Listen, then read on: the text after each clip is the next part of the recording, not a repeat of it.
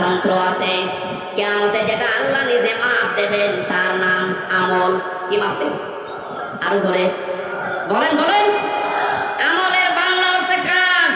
আমল মানে আল্লাহ কাজ মাপ দেবেন। কোন পাগলও এখানে বিশ্বাস করবে যে দাড়ি পাল্লার এক পাল্লায় 5 কেজি কাজ তুলে দিলাম? কাজ মানুষ দাড়ি পাল্লা দিয়ে মাপে? কি দিয়ে?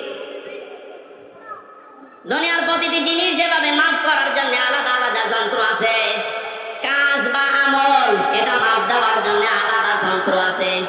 কাজ মানুষ দাড়ি পাল্লা দিয়ে মাপে না, কাজ মানুষ লিটার দিয়ে, সিসি দিয়ে, গজ দিয়ে, ফিতা দিয়ে মাপে না। কাজ মাপে গুরুত্ব দিয়ে। কি দিয়ে? গুরুত্বের ভিত্তিতে কাজ মাপা হয়। এখানে গুরুত্বপূর্ণ জিনিস কি? এই খুঁটি আর সামিয়া, এই দুইটা আসল জিনিস। এই দুইটা থাকলে মানুষ বলবে এটা মঞ্চ বা স্টেজ। কথা বলে ঠিক কিনা? হ্যাঁ, গুরুত্বহীন জিনিসও আছে। এই যে মাইক, এই যে ক্যামেরাগুলো, এখানে যেগুলো আছে পড়ে, এই পানির বোতল, বাকি এই চেয়ার, এগুলো যদি নাও থাকে তাও এটা মঞ্চ হবে। পৃথিবীতে আল্লাহ ভালো কাজ চেয়েছেন, বেশি কাজ না। গুরুত্বপূর্ণ কাজগুলো যদি আপনার জীবনে না থাকে, গুরুত্বহীন কাজ দিয়ে যদি দুনিয়ার জীবন আপনি ভরপুর করে ফেলেন, কিয়ামতে আল্লাহ যখন মাপবেন, গুরুত্বপূর্ণ জিনিস পাবে না, গুরুত্বহীন জিনিস দিয়ে ভরে যাবে। আপনার জীবনের এই মাপ হবে শূন্য বা জিরো। নামাজের ফরজ সংক্রান্ত বিষয় আমরা অনেকে জানি যে নামাজের বাইরে এবং ভেতরে 13টা ফরজ আছে। কয়টা? 12টা যদি আব্দুল সালাম আদায় করেন, একটা আদায় করেনি। উনি যদি বলে একটা মাত্র করেনি, আমার 12টা নেকি দেন, হবে? বলেন বলেন। কয়টা? একটাও হবে না, জিরো, শূন্য। কারণ গুরুত্বপূর্ণ ওইটা আপনি বাদ দিয়ে দিয়েছেন, আপনি হয়ে গেছেন এখন গুরুত্বহীন। আমাদের এই কোরআনে কারিমে আল্লাহ 500 শরীয়তের বিধান দিয়েছেন, যেগুলো গুরুত্বপূর্ণ।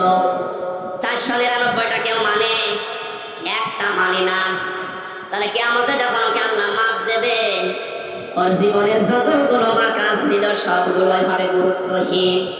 খাবার খেলে মানুষের শরীরে রক্ত তৈরি হয়, এর বাস্তব প্রমাণ আমির হামজা, নবীজির চাচা হযরতে হামজা রাদিয়াল্লাহু তাআলা আনহু শহীদ হওয়ার পর তাকে যখন কবরে দেওয়া হয়, 30 বছর পরে মদিনায় একবার বিশাল ঢল হয়েছিল, ব্যাপক ব্যাপক।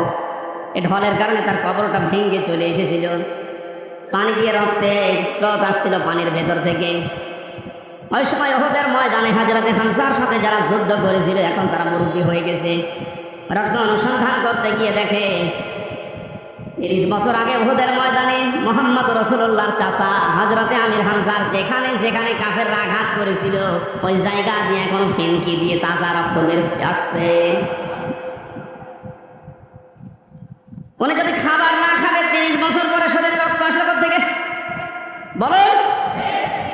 30টা বছর কবরে আছে, এরপরও ফিনকি দিয়ে রক্ত বের হচ্ছে ওই জায়গাগুলো দিয়ে। তার মানে আল্লাহর কোরআনের আয়াত 100 বার সত্য, যে উনি জীবিত এবং শহীদরা আল্লাহর কাছে আল্লাহ নিজে তাদেরকে খাওয়ান।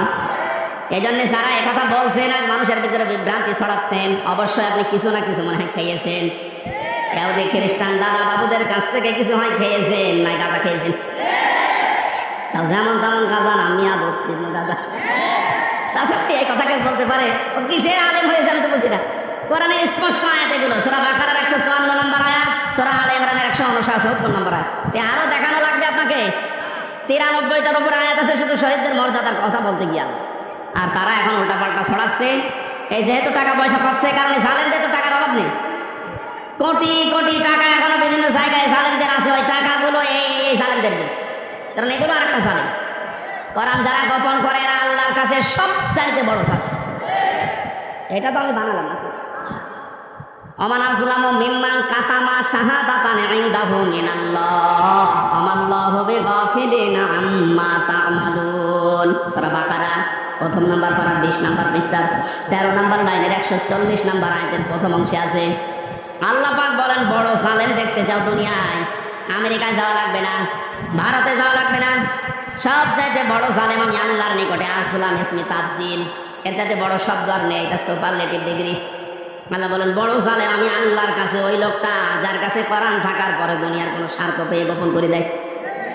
এটা বাংলাদেশে নেই। এই জন্য কিতাব প্রচার করা লাগবে আমাদের। কি প্রচার?